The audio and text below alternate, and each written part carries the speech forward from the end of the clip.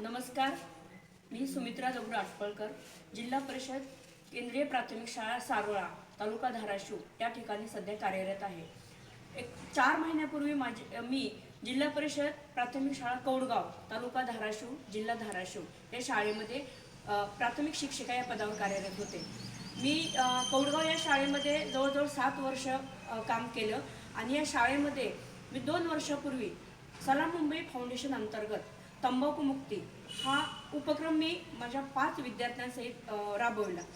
सुरुवातीला हा उपक्रम राबवत असताना मला गावामध्ये काही लोकांचा खूप विरोध झाला, जे विद्यार्थी त्याच्यामध्ये सहभागी होते त्याच विद्यार्थ्यांच्या पालकांचा विरोध झाला।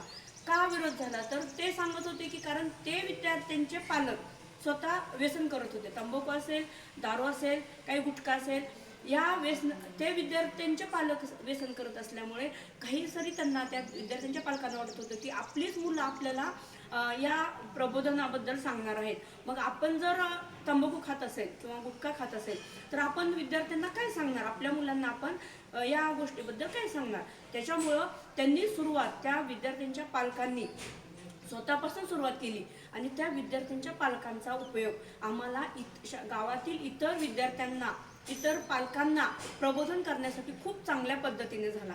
म्हणून मी सलाम मुंबई फाउंडेशनचा असे आभार मानते, कारण पहिल्या प्रयत्नामध्ये आमचे विद्यार्थी 5 विद्यार्थी आणि आमची शाळा कौडगाव शाळा या प्रयत्नामध्ये यशस्वी झाली। आणि विशेष म्हणजे गावातील व्यसनमुक्त करण्यासाठी गावचे सरपंच दयानंद थोरात यांनी आम्हाला खूप सहकार्य केलं आणि त्यांच्या माध्यमातून आम्ही विद्यार्थी आणि पालक यांच्या माध्यमातून गाव व्यसनमुक्त करण्याचा आम्ही खूप प्रयत्न केला आणि त्यामुळे आम्ही राष्ट्रीय बाल परिषदेपर्यंत पोहोचलो।